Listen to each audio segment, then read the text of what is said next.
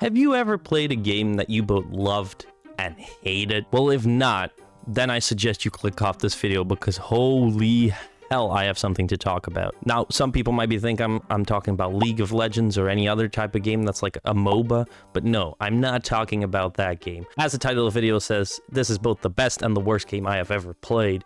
And the game I'm talking about today, as you probably saw by the thumbnail, is Dead by Daylight. Now, exactly why is Dead by Daylight both good and bad?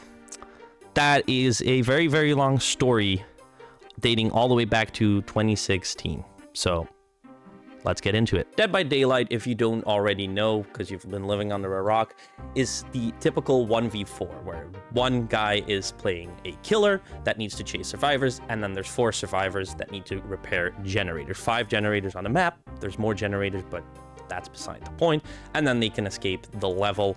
And that's basically just the whole point of both sides of the fight. Now, originally when this released, this was the only type of game to ever exist like it. And honestly, it did it really, really well. You had very, very simple mechanics, but they worked pretty well. But like any multiplayer game, exploits are going to get used. And that's what initially started to happen. Back in the day when you played Dead by Daylight, a lot of the times people would just work on gens until they're 99% and then just leave because the killer couldn't do anything about it. That has already changed for so many years because killers can now attack gens. That's, for instance, one element that's completely changed. It's not every single time though that BHVR, the developers of Dead by Daylight, decide to actually change something in their core gameplay to affect players and help players out. Because although that happened, most of the times they're just going to do one simple little trick to make a lot of money. Big problem that a lot of survivors had was that they would get face camped, which is basically the killer hooks you on a hook and just stands in your face. And you can't do anything about it. Your friends can't do anything about it because the moment they pull you off the hook, he just smacks you again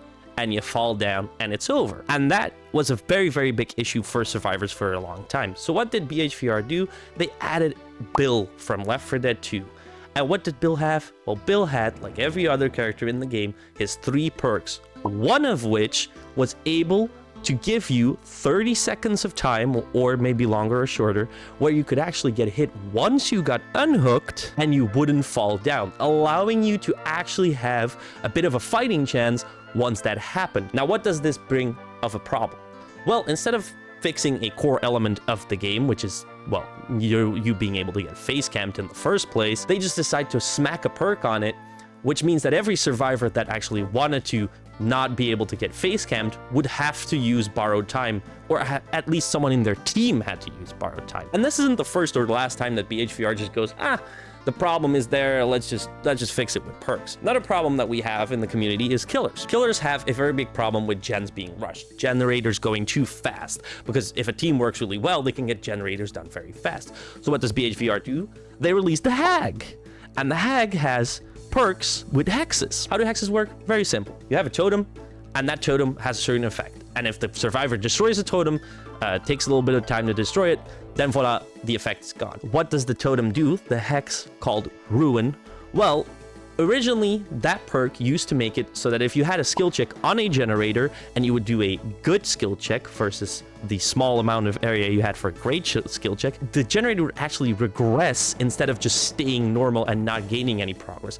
And if you did a great skill check, it would just stay normal. This slowed down generators so much. Another issue that the game still faces for some apparent reason is that when you play the game and you're a survivor and you're solo, you have no way to communicate with your team. Now, they've already added nice little icons that tell you what your team is doing, whether they're doing a gen or a totem, or they're hiding, or they're getting chased. Those are things that should have been added since the beginning, but hey, we make mistakes. It's good that it's there. But when you play Survive with Friends, so that means doing you and 3 other friends and playing a map together, that means you can communicate constantly via microphone. Why is that not in this game? The game is almost 10 years old at this point, and we still haven't gotten it. It is pretty much the biggest issue that the game faces. When you have that Survive with Friends, those communication, you're automatically going to be able to play better. Same goes for when you're playing a killer. You also notice that. I love playing killer. My friends used to play Survivor with me, but they've gotten really, really bored of the game, and I completely agree with them when it comes to playing Survivor as a solo or with 2 people out of the 4. But when you're playing killer alone, it can actually be fun. One game is killer, you're playing against people who don't know left from right. But then the next game, you're playing against the most coordinated team the FBI has ever seen. And this is insane because it changes the way the game actually gets played. Instead of having to just go after someone for 2 seconds and smacking them on the ground, you're now supposed to loop a whole pallet 24 times, and then they're gonna flashlight you, and then they're gonna throw a pallet on your head because they know the map out of their head. And then once you finally do get him and pick him up, you're gonna get another flashlight in your face so that he falls off your shoulder, and you have to do that chase all over again while you're doing while you're getting gen rushed. So you also have like 1 down, and you have 2 gens left to do out of the 5. So there's an issue there when it comes to balancing. Now I'm complaining a lot because that is something that it faces as a really, really, really big issue. Dead by Daylight is not a game you can get into right now. I don't feel like anyone should get into Dead by Daylight in 2024 or any of the last couple of years, honestly. I think 5 years ago, I still wouldn't have recommended it for people who had never played the game. And it's very simple as to why. Currently, it's the Steam Winter Sale as I'm recording this. In the Steam Winter Sale, if you want to buy every DLC, you're going to pay 211 euros or something. And that is with like 25% discount on pretty much everything. So we're looking at a very, very steep price. Now you might be saying, okay, but there's 2 or 3 DLCs in there that are just cosmetic. You're right. And there's also DLCs in there where you have bundles for 4 killers instead of just having to buy the killers separately. It's not fair to say, oh, it costs 200, but we're still looking at least above 100 on top of already paying the 20 bucks you have to pay to play the game. So we're looking at 120 bucks to get into a game, and then you don't even have all the perks that you actually need to make good builds, because you actually need to play the game, get good at it, get a lot of blood points, level your characters, and then you're actually able to get perks for every other character. And then you have to do that for every character over and over and over again. And it takes a lot of time to get something to Prestige 3. This is insane how long it still takes to level a character to where you get their actual skills, their actual perks. That creates this problem where if we're gonna cry about Star Wars Battlefront 2 asking you to play 40 hours of gameplay to unlock Darth Vader, why are we not complaining about Dead by Daylight asking you to maybe not play 40 hours, but play 10 or 20 hours to get 1 perk that's usable for you? And you have to do that multiple times because you need 4 really, really good perks, for instance, for a build that you want to do. And don't give me that Shrine of Secrets shit. I really, really hate the Shrine of Secrets. It's one of the things that people use as like, yeah, you can still get perks. My brother in Christ, there are almost 300 perks in the game, and every week 4 perks get put in that shit. 4 out of 300. You know how long it's going to take to get the perk I want? Because you can say, in theory, I could get every perk in the game without spending a single dime. You are 100% right in saying that. But if I need to spend hundreds and hundreds of hours and wait weeks and weeks, maybe even years to get every perk, what are we doing? Why are we doing this? Why is it taking so long? I don't understand how Dead by Daylight still hasn't gotten into the free-to-play model, because honestly, as it stands with the amount of cosmetics and DLC you need to buy to actually enjoy the gameplay, it would be very, very wise to just make it free-to-play, as a lot of people would actually end up playing. But there we have another issue. Cheaters! Now, cheaters are an issue in every game. Let's be honest here, shooters, they're the worst. They aim lock on you and whatnot. But in Dead by Daylight, oh my god, did you have cheaters. Sometimes they would just float around the map so you couldn't even hit them as killer. Sometimes they would keep you hostage. I mean, there were literal games that would last more than half an hour with just 1 person remaining, because they would just keep the killer hostage, and either killer had to leave, getting a penalty from BHVR, or they just had to wait until the cheater got annoyed or stopped being interested in playing these games with him and would just end up leaving themselves or escaping in that case. Now, I've done a lot of complaining in this video, and the video title just does say that this is both the best and worst game. So while I have stated a lot of bad things that we honestly need to address in the Dead by Daylight community, but it's been addressed millions of times, we actually have some good parts in Dead by Daylight. For one, this is actually one of the only 1v4 models that has actually been able to run a lot. We had last year, we had Evolve. There's a lot of different times where a game comes in, Friday the 13th, for instance, comes in, and there's like, oh yeah, that's the Dead by Daylight killer.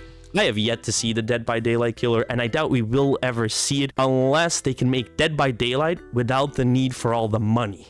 And then people are just going to shift over. But until then, people aren't going to care because Dead by Daylight does what it does actually really, really well. The issues I've given you are when people start exploiting stuff and they get annoying. I've played a lot of the game. I think I have more than 300 hours in the game, which might not seem a lot to a lot of people, but that's enough to have really good builds on certain characters. And when I do have those builds and I play the game, I can actually have a lot of fun out of it. I can do a lot of chases, outplay people, and I can enjoy my time as I play as a killer. But as I said, if you want to play Survivor, you need friends. Because otherwise this game is just a fucking pain in the ass to play. It has outlived so many of like the same type of game that wanted to be Dead by Daylight but failed to do so. But at the same time, what has it become to outlive this? Dead by Daylight will never change.